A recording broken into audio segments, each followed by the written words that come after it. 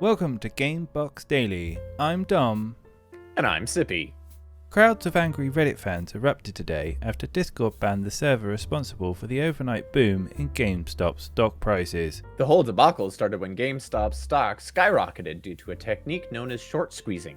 A short squeeze occurs when a stock or other asset jumps sharply higher, forcing traders who had bet that its price would fall to buy it in order to forestall even greater losses. Their scramble to buy only adds to the upward pressure on the stock's prices. Using this, WallStreetBets was able to turn low-priced stocks into a gold mine by artificially inflating their value.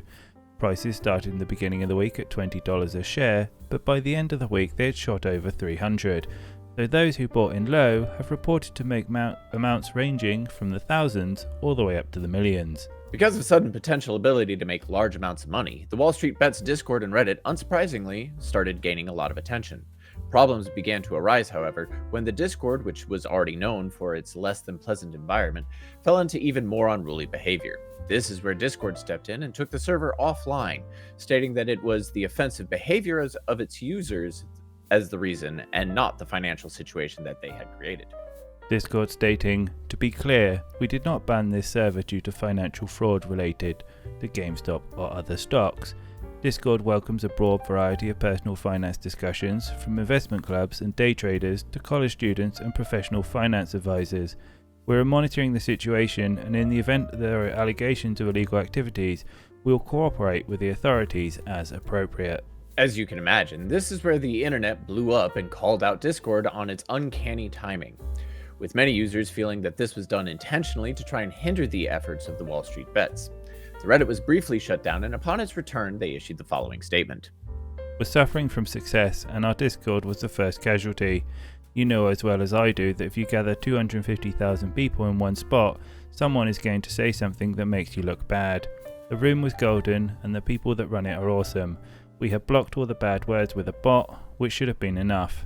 But apparently if someone can say a bad word with weird Unicode Icelandic characters, and someone can screenshot it, if you don't get to hang out with your friends anymore.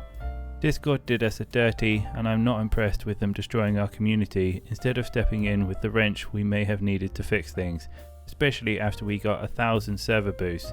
That is pretty unethical."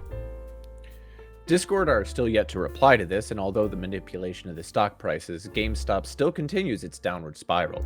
It is believed that the stock prices will fall again and return to $20 when all the dust settles, ending a bizarre, although impressive, showcase of events.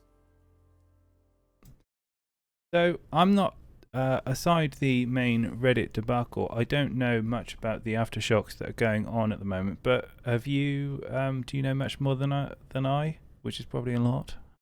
Yeah, so this has had some rather interesting ripple effects. So first off, a lot of this was happening on the trading app Robinhood, which is owned by one of the larger bank conglomerates here in the States. And towards the end of this, I want to say like last night, early this morning, they started blocking GameStop trades uh, so that they could like wrench that back in and try and regain a hold of whatever small amount of control that they had on stocks. So what the traders for Wall Street Bets did was they shifted from GameStop over to AMC, like the theater company, Mm-hmm. and they were doing the same thing. And as of like I want to say 5 p.m. EST, so about 3 hours ago, I was seeing people on Twitter and people on Facebook saying AMC was being blocked as well, and they were holding the funds for people that were trying to make the trades and not refunding them immediately. So like they weren't allowing people to, oh, well, you blocked my trade. Cool. Let's figure out what the next penny stock that we're going to explode is going to be. Um, they weren't allowing them to do that stuff. So it's really interesting the ripple effect that GameStop is having.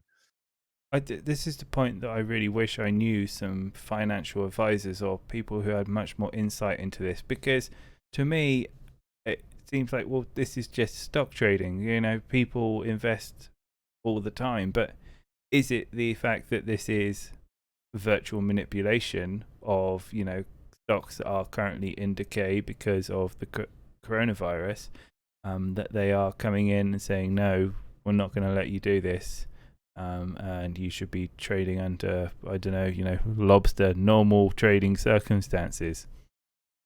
Which that in and of itself is a whole load of bullshit too, because like in the grand scheme of things, something like 80 to 70 to 80% of all stock is owned by the top 1%, and something like 85 to 90% of all stock is owned by the top 10%, which leaves 10% of all stocks to literally everybody else. The fluctuations of the market is not going to tell you like how good the economy is, because it doesn't reflect the everyman, or every woman, or every however you identify.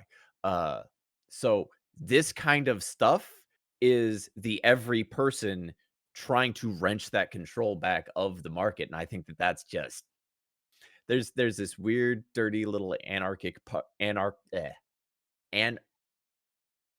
punk part of me that's like, "Fuck yeah, you guys do that thing. You mess with the market and screw over the big banks." Oh man, yeah. I can't get out the word anarchy at all. So I mean, there are large sums of money being thrown about for this, but from my understanding, it's not so large that the economy is going to collapse if from these trades. Like it's millions, not billions or trillions. So it's very interesting, and I will look forward to following the stories that come about this, because I don't think this is the last that we've heard of this.